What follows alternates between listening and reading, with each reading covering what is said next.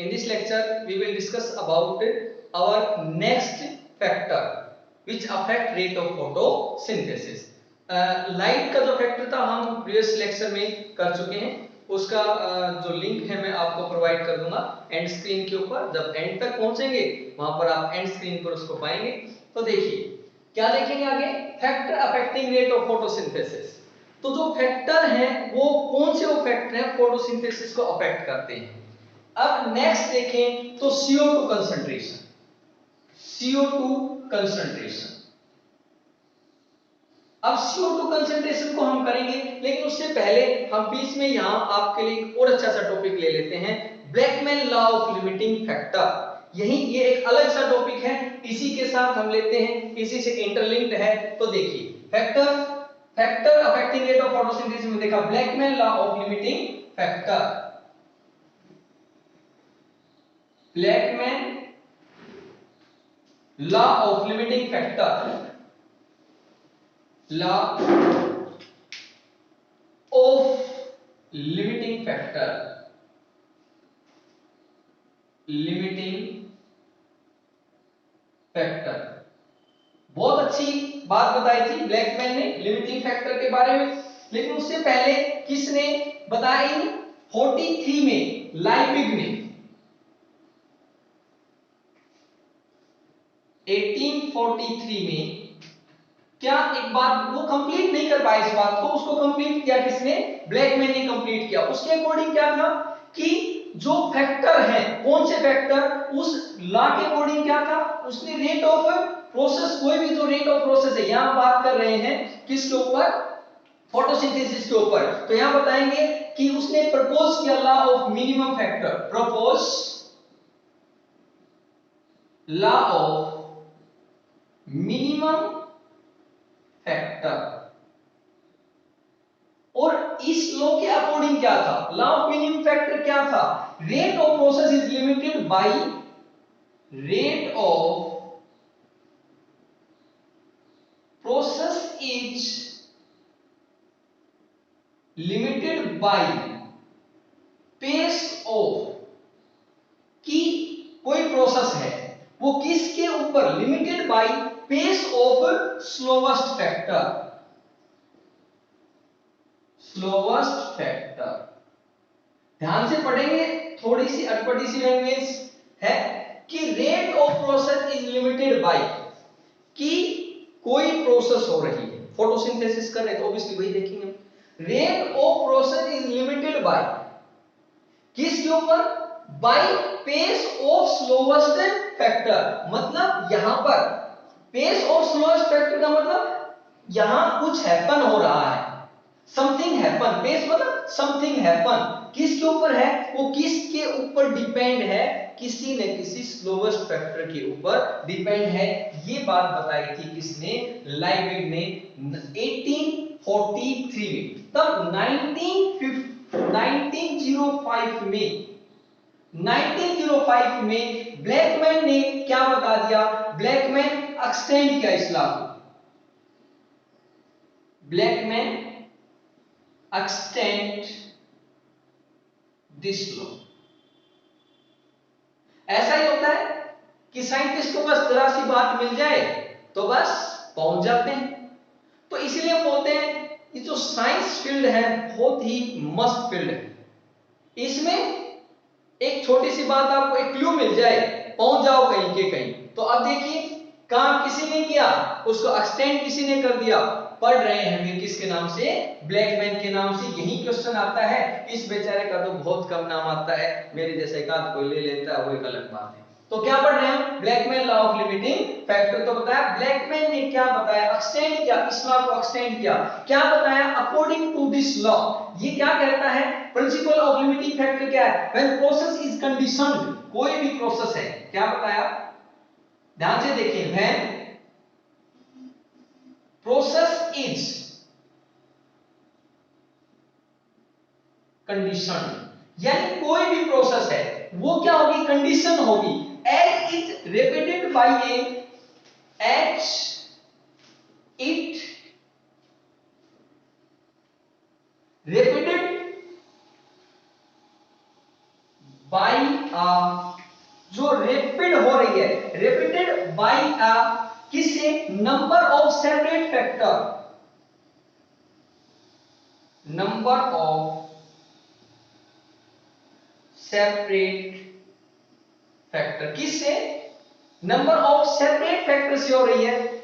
और ये क्या कहता है, इसका मतलब क्या हुआ, मीन सेपरेट फैक्टर्स के ऊपर लग रहे हैं, and rate of process is limited by, तो ये जो प्रोसेस की रेट होगी, rate of process is rate of, then क्या, एक ही प्रोसेस नंबर ऑफ फैक्टर के ऊपर डिपेंड करती है। सिंपल से ही बोलो ना, कोई भी फैक्टर है, तो यहां मैंने थोड़ा सा बता दिया, when a process is conditioned as a repeated by number of separate factor, कि एक प्रोसेस अलग अलग फैक्टर के ऊपर डिपेंड कर रही है, सिंपली आप ये बोल सकते हो। तो उस केस में क्या होगा, जो उसका रेट है वो किसके ऊपर डिपेंड करेगा, rate is depend upon the rate of process is limited by rate of process is depend on या limited by pace of slowest factor, pace of slowest factor. आप समझिए, वही की वही बात है, कोई फर्क नहीं पड़ रहा। इसने क्या बोला था, rate of process is limited by pace of slowest factor, वही बात इसने बता दी। बस थोड़ा सा कुछ एक बातें और ऐड की, उसको जस्ट आपको बता रहे हैं साथ के साथ। When a process is conditioned as a repeated by, मतलब एक कोई प्रोसेस चल रही है, वो किसके ऊपर डिपेंड है, या उसके लिए बहुत सारे factor responsible, number of factor responsible. जरूरी नहीं कि सर ने लैंग्वेज लिख दी, उसको हम साथ ही साथ ऐसे कैसे लिखें, as it is, no problem. आप ये भी लिख सकते हो, रेट ऑफ कोई भी प्रोसेस है वो क्या है, डिपेंड अपॉन या कंडीशनड बाय या गोइंग ऑन बाय किससे, नंबर ऑफ सेपरेट फैक्टर। तो rate of process is limited by pace of, वो किसके ऊपर भी डिपेंड करती है, स्लोएस्ट फैक्टर के ऊपर भी डिपेंड करती है। चलिए इसको एक कहानी के साथ जोड़ लेते हैं। क्या हुआ, हम क्या करेंगे, रेस लगवाते हैं। हमने रेस स्टार्ट कर दी, किस किस की रेस स्टार्ट कर दी हमने, क्या किया, हमने एक हॉर्स को भगाया, साथ ही साथ कैमल ऊंट को भगा दिया, उसके साथ साथ हम बोले कि भाई चलो इनके साथ एक गोट भी भगा लो। तीनों दौड़ रहे हैं, उनको टारगेट फिक्स कर दिया, तो ऑब्वियसली पहुंचेगा कौन, पहुंचेगा पहले हॉर्स, कैमल देन गोट। लेकिन बात क्या है, अब बात यह है, गोट के मन में आई कि भाई चलो वो तो निकल गए, मैं इधर उधर हो लेती हूं, वो अपने क्या घास करने लगी। अब क्या हुआ, तो रेफरी था, वो बोला भाई कैंसिल कैंसिल, सब कैंसिल, कोई नहीं जीता। क्यों, क्योंकि जीता तब माना जाता जब गोट भी वहां आ जाती, कि वो मैटर नहीं करता हमारे लिए कि पहुंच गया और विनर घोषित कर दिया, नहीं भाई पहुंचेंगे सारे।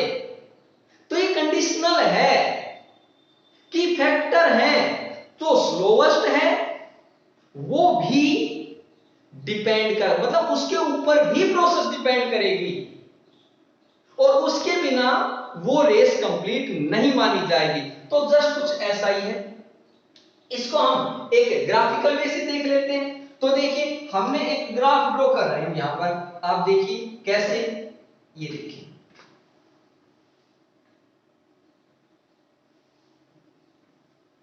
यहां हमने ले लिया CO2 कंसंट्रेशन।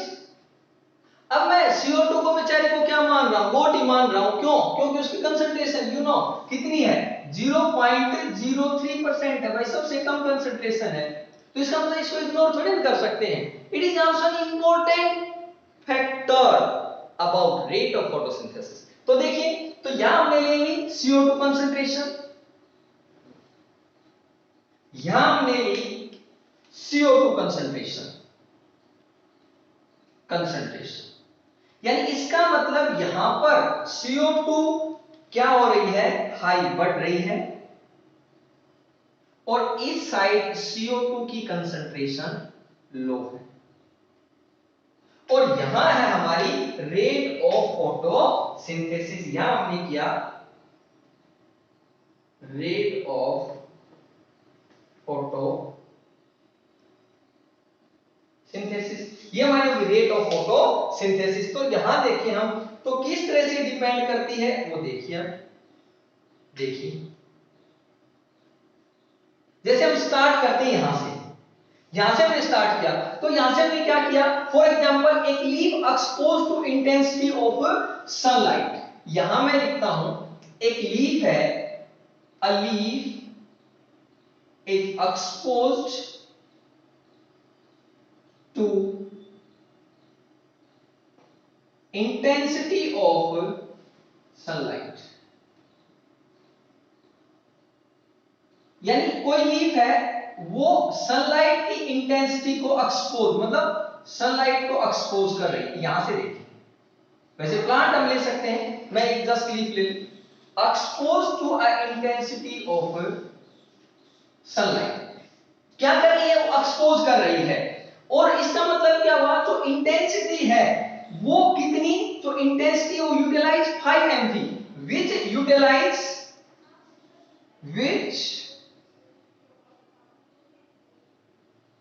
यूटिलाइज 5 mg, जो यूटिलाइज करिए 5 mg, किसको, CO2 को पर हार्स,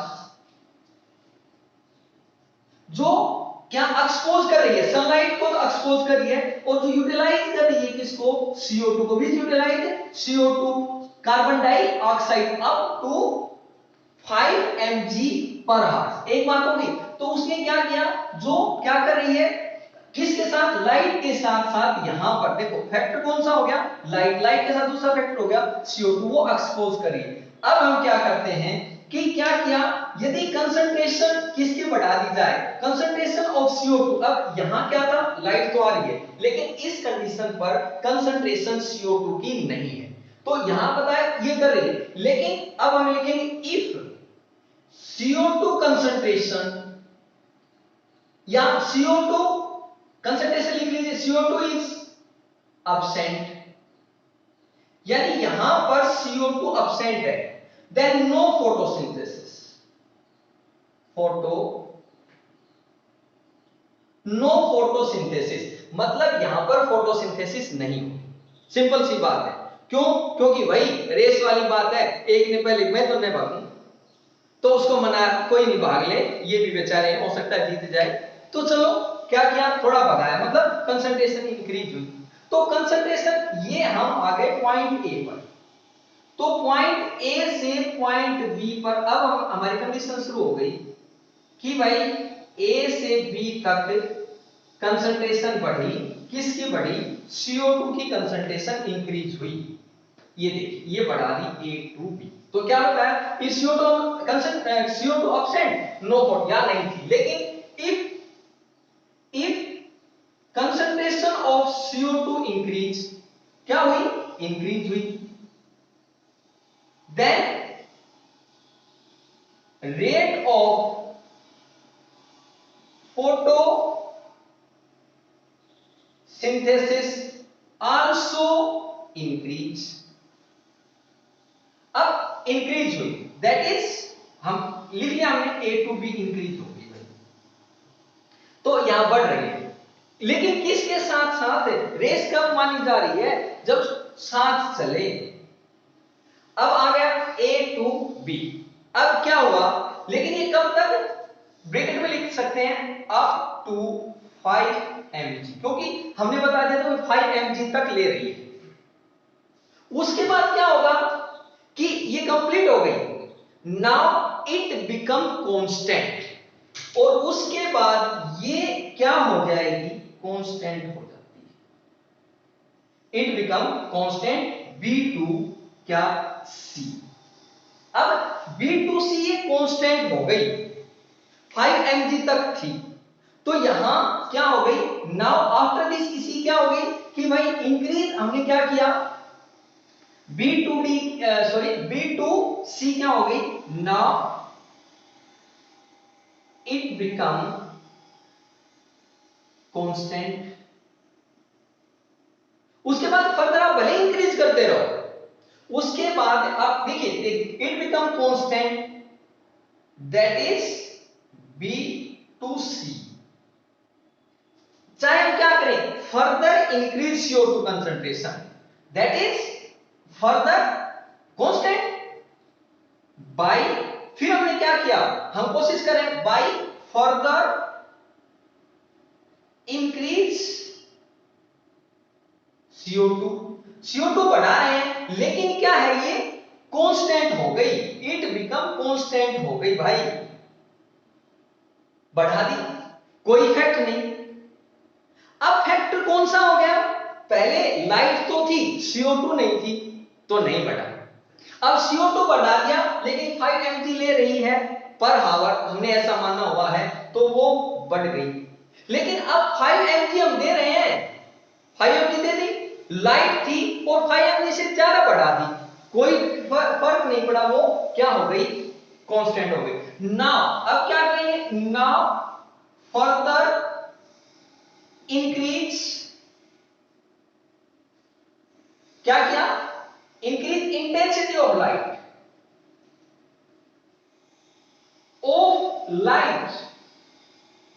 along with CO2, इसका मतलब CO2 के साथ बढ़ा रहे हैं तो क्या होगा, then further increase the rate of photosynthesis, उसके बाद क्या होगा, देखिए फोटोसिंथेसिस की रेट फिर बढ़ेगी, B2 ये देखिए बढ़ गई, B2D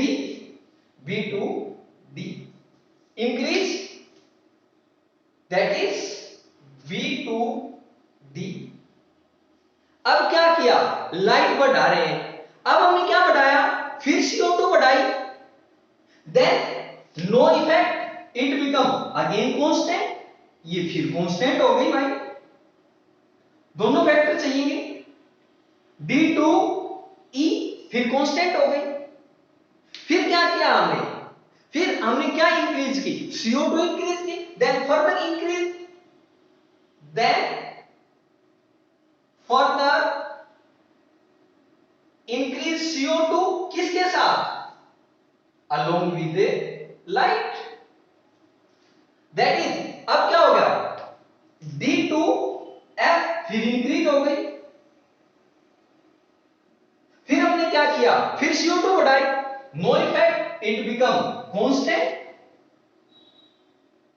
तो इस तरह हमने क्या बताया, इसको प्रूव हुआ कि rate of process is limited by a slowest factor, कि मतलब कंडीशनल रेट है, मतलब condition as are rated by number of separate factor है, लेकिन rate of process is limited by a pace of slowest factor, कि भाई ये slowest factor के ऊपर भी डिपेंड करती है, it also depend on slowest factor. यहां तक हुआ, अब क्या हुआ, इसको भी बेचारे को क्रिटिसाइज कर दिया गया, और ध्यान रखें जहां पर क्रिटिसाइज है वहां पर प्रोग्रेस है, तभी तो हम पढ़ रहे हैं, तो करने तो क्या फर्क पड़ता है, तो क्रिटिसाइज करने वाले कौन थे, क्रिटिसिज्म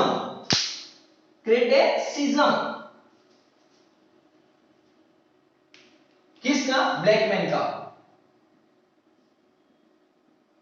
क्रिटिसिज्म क्या था, और ये किसने किया इसको, जेनसन, और किसने, हार्डर, होवर, जेनसन,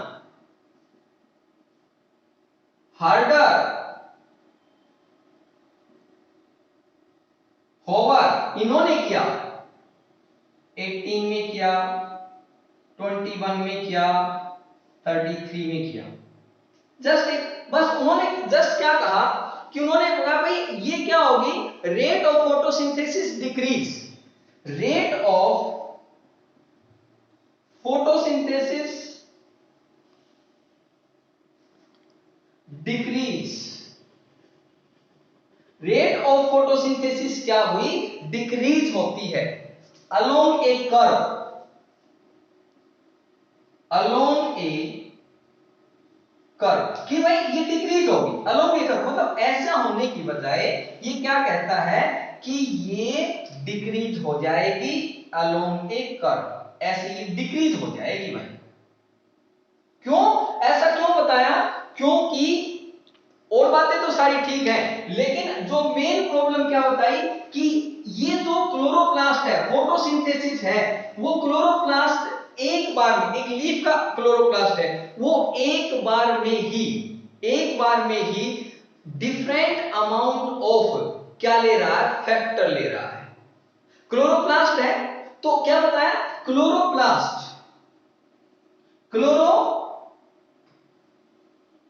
एक्सपोज, क्या एक्सपोज कर रहा है, different amount of factor on the same time. यानी कोई उसकी कम लाइट ले रहा है, कोई पार्ट उसका, मतलब लीफ का कोई हिस्सा कोई ज्यादा ले रहा है।